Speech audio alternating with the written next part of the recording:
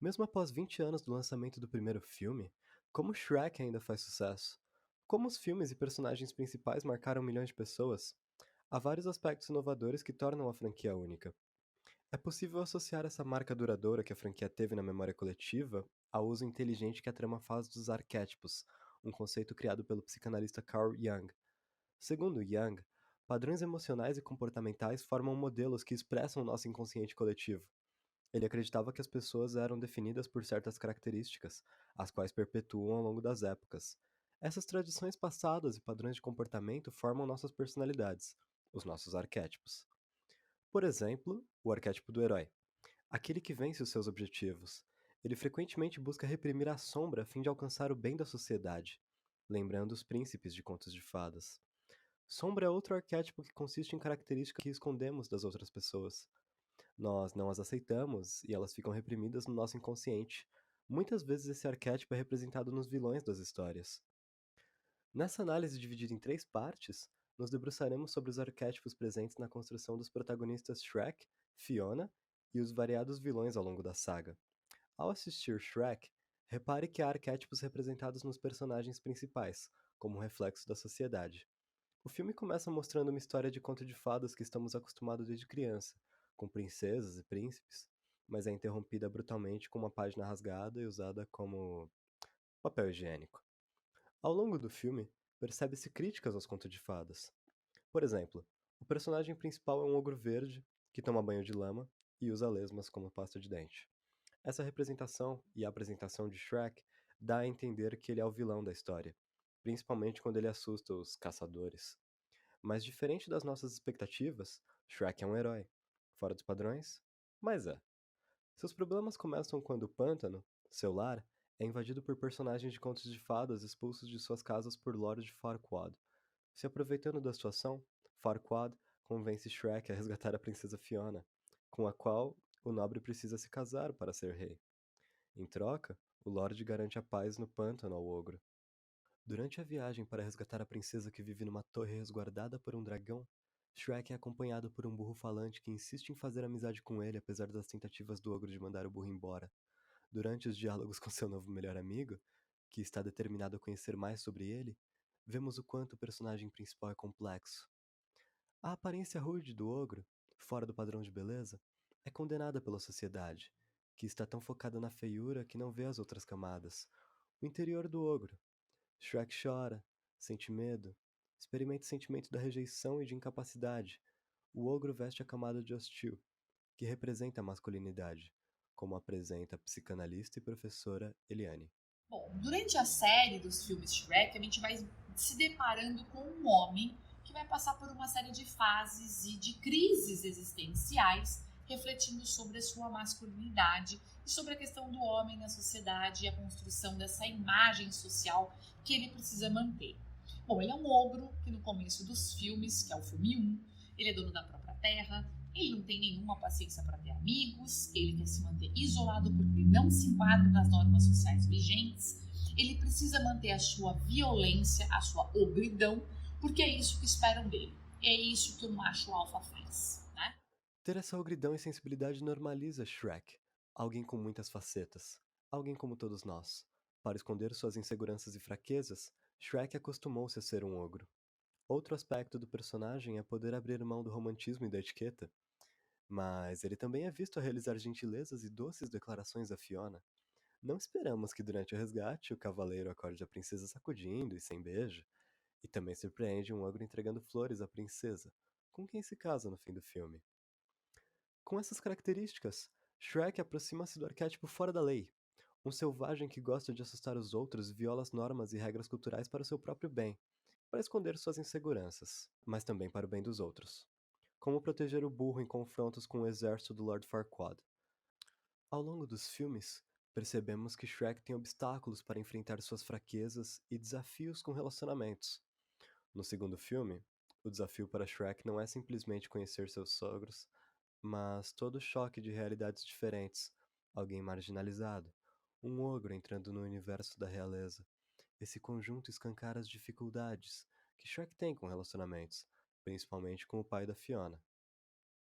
como que esse pai vai receber esse homem ogro, essa disputa, né, entre o pai e o macho dela, né, que é uma cena muito interessante no filme, né, em que eles estão disputando um território e os dois se comportando de uma forma totalmente ogra, mesmo o pai sendo um rei, né? E ele ali se sentindo fora da casinha. Ele é um ogro, ela é uma princesa, né? Ela foi criada para ser essa mulher idealizada. E o Shrek não é, né? O Shrek é um homem que é um homem real, então ele arrota, solta gases, né?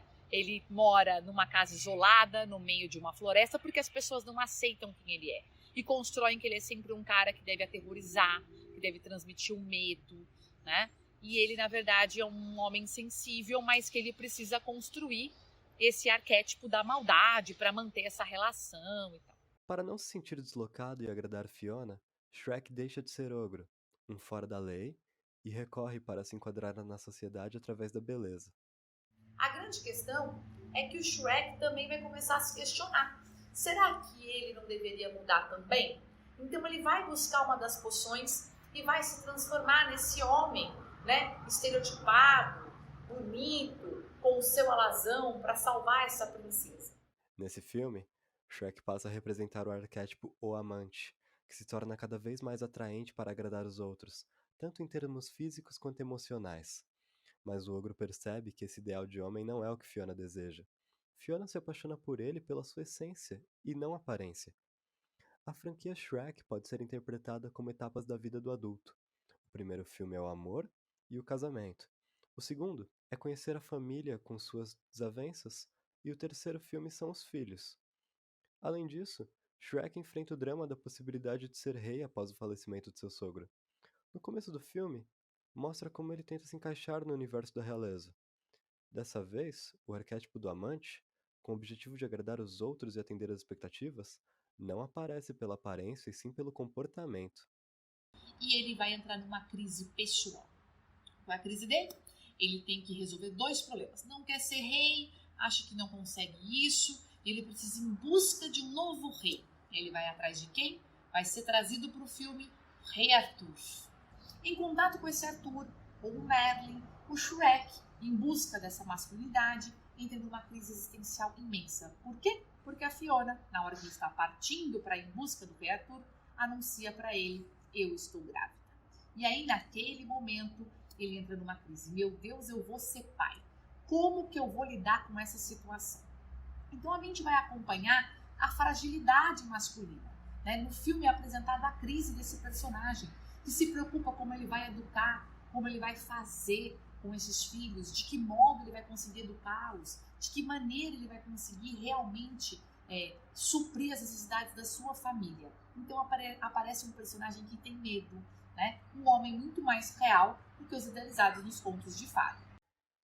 Mas com a ajuda de Arthur e Merlin, Shrek enfrenta sua crise e não encara mais a futura paternidade com medo e sim com felicidade. Com sua ética e coragem, Arthur enfrenta também seus medos e torna-se rei de tão distante. Shrek também encara seus receios. Apesar da sociedade julgar ogros, construir e proteger a família passa a fazer parte de seus planos de vida. No último filme, Shrek aparece mais amadurecido, representando o arquétipo do cara comum, um bom companheiro, com uma vida estável, porém abre mão de si mesmo.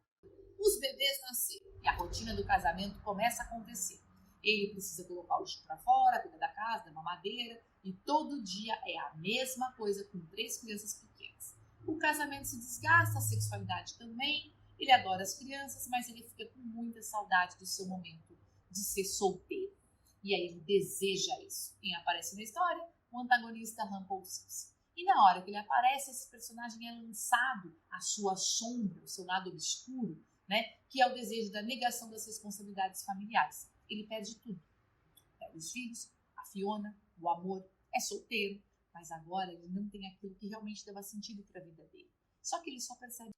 Depois dessa descoberta sobre si mesmo, o ogro faz o necessário para reverter o feitiço de Rumpelstiltskin e finalmente consegue consertar as coisas fazendo a Fiona desse mundo alternativo se apaixonar por ele, e usando o poder do beijo do amor verdadeiro para retornar à sua realidade original.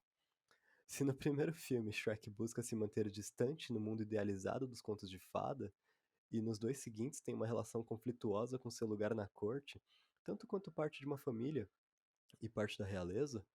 Em Shrek para Sempre, o personagem recusa definitivamente a vida que tinha antes e abraça seu novo cotidiano doméstico com Fiona e seus filhos. Mesmo que os filmes do Shrek façam críticas aos contos de fadas, o protagonista tem um final feliz. Um final que valoriza os amigos, filhos e principalmente a esposa. E falando nela, Fiona também é uma personagem cuja construção é bem interessante e da qual vou falar mais no próximo vídeo.